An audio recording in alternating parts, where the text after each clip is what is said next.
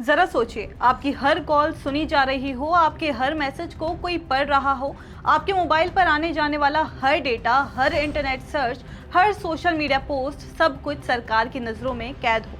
और ये सब हो रहा है आपको बिना बताए। डरावना है ना? लेकिन यही हकीकत है आज के पाकिस्तान की। एमनेस्टी इंटरनेशनल की नई रिपोर्ट ने जो राज खोला है उसने सबको हिला दिया है। नमस्कार, आदाब, आप देख रहे हैं द हिंदी टॉप और मैं हूं आपके साथ सामिया खान। एक रिपोर्ट के मुताबिक पाकिस्तान सरकार अपने ही नागरिकों की जासूसी कर रही है और ये जासूसी किसी लोकल सिस्टम से नहीं बल्कि सीधे चीन से खरीदी गई हाईटेक तकनीक से की जा रही है। ये सिर्फ एक सुरक्षा व्यवस्था नहीं बल्कि एक ऐसा हथियार है जिससे पाकिस्तान की सत्ता अपने ही लोगों की आवाज को दबा रही है। एमनेस्टी की रिपोर्ट कहती है कि पाकिस्तान अब चीनी फायरवॉल और स्पाईवेयर टेक्नोलॉजी का इस्तेमाल कर रहा है।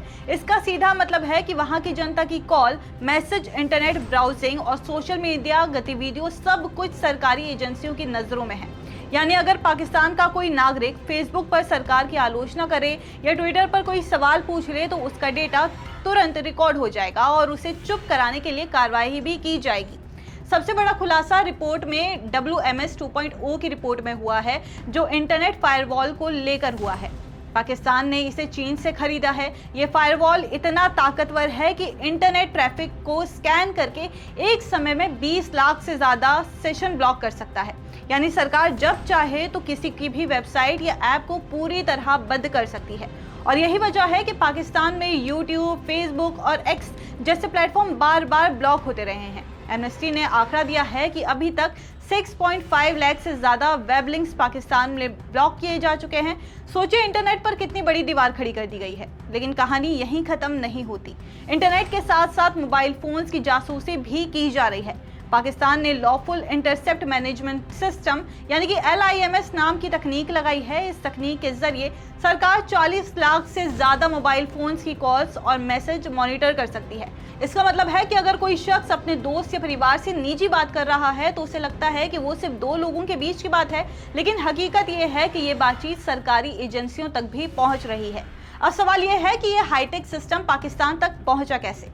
एमनेस्टी की जांच बताती है कि इसमें कई विदेशी कंपनियों की भूमिका रही है। इसमें अमेरिका की नियाग्रा नेटवर्क्स ने नेटवर्क इक्विपमेंट दिया है, फ्रांस के थैलेस DIS ने सॉफ्टवेयर सप्लाई किया है और चीन की स्टेट ID कंपनी ने सर्वर दिए हैं। एमनेस्टी का कहना है कि पहले के वर्जन में कनाडा की सैंडवाइन टेक्नोलॉजी का इस्तेमाल किया जाता था। यानी दुनिया की कई बड़ी कंपनियों ने सीधे या अप्रत्यक्ष रूप से पाकिस्तान की इस निगरानी व्यवस्था को मजबूत करने में भूमिका निभाई है।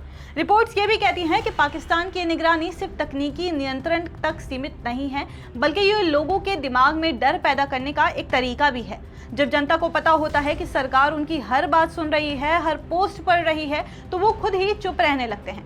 एमनेस्टी का कहना है कि मास सर्विलियंस यानी कि बड़े पैमाने पर निगरानी से लोगों में डर बैठ जाता है और वो ना ऑनलाइन और ना ही ऑफलाइन खुलकर अपनी राय रख पाते हैं। यही असली मकसद भी है, जनता की आवाज दबाना। इस रिपोर्ट का सबसे बड़ा असर पाकिस्तान की नई पीढ़ी पर पड़ रहा है। सरकार जेनजी जो सोशल मीडिया पर ज्यादा एक्टिव रहती है और सरकार से सवाल पूछती है। एमनेस्टी का कहना है कि ये वही वर्ग है जिसे पाकिस्तान की सत्ता सबसे ज्यादा कंट्रोल करना चाहती है, क्योंकि अगर युवा खुलकर सवाल पूछने लगे तो सरकार की नींव हिल जाती है।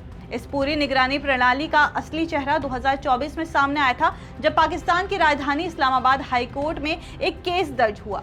ये केस दर्ज कराया था बुशरा बीबी ने, जो पूर्व प्रधानमंत्री इमरान खान की पत्नी है। उन्होंने आरोप लगाया कि उनकी निजी कॉल्स लीक कर दी गई। अदालत में जब पूछताछ हुई तो पाकिस्तान के टेलीकॉम रेगुलेटर ने खुद माना कि उसने कंपनियों को LIMS सिस्टम इंस्टॉल करने का आदेश दिया था।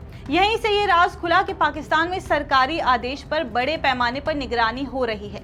अब सोचिए, जब एक पूर्व प्रधानमंत्री की पत्नी तो उनकी भी कॉल सुरक्षित नहीं है, तो आम नागरिक का डेटा किस हद तक असुरक्षित होगा?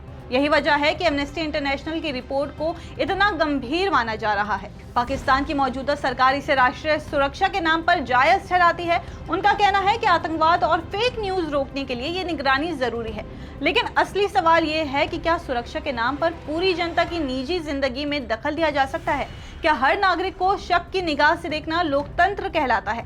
एमनेस्टी का कहना है कि पाकिस्तान में इंटरनेट फ्रीडम लगातार घट रहा है। वहां पहले ही पत्रकारों और एक्टिविटिस्ट पर हमला होते रहे हैं और अब ये टेक्नोलॉजी से उनकी निगरानी और तेज हो गई है। रिपोर्ट ये भी कहती है कि जो कंपनियां इस निगरानी सिस्टम को सपोर्ट कर रही हैं, उन्हें अपनी जिम्मेदारी समझनी चाहिए, क्योंकि आखिरकार उनकी टेक्नोलॉजी का इस्तेमाल जनता की आज़ादी छीनने के लिए किया जा रहा है। आज पाकिस्तान की जनता दोहरी मुसीबत में है। एक तरफ सरकार का सेंसरशिप का हथियार है, दूसरी तरफ बेरोजगारी, महंगाई और राजनीतिक अस्थिरता का संकट है। लोग सड़क पर उतरकर विरोध करना चाहते हैं, लेकिन उन्हें डर है कि अगर उन्होंने कुछ कहा तो उनकी कॉल्स रिकॉर्ड हो जाएंगी, उनका सोशल मीडिया अकाउंट ब्लॉक कर दिया जाएगा और उनके खिलाफ केस दर्ज हो जाएगा। यानी पाकिस्तान एक डिजिटल जेल की तरह बढ़ रहा है। एमनेस्टी की रिपोर्ट इसे साफ साफ दिखाती है। लोकतंत्र तभी जिंदा रहता है जब जनता को बोलने की आजादी हो, लेकिन अगर सरकार ही हर आवाज को दबाने लगे तो वो लोकतंत्र नहीं बल्कि निगरानी वाला राज्य बन जाता है। आपकी इस खबर पे जो भी राय है हमें कमेंट्स करके जरूर बताइए और ऐसे ही और जानकारी के लिए आप हमारे चैनल द हिंदी टॉप को सब्सक्राइब कर लें। इसके अलावा आप हमें एक्स, फेसबुक और इंस्टाग्राम पर भी फॉलो कर सकते हैं।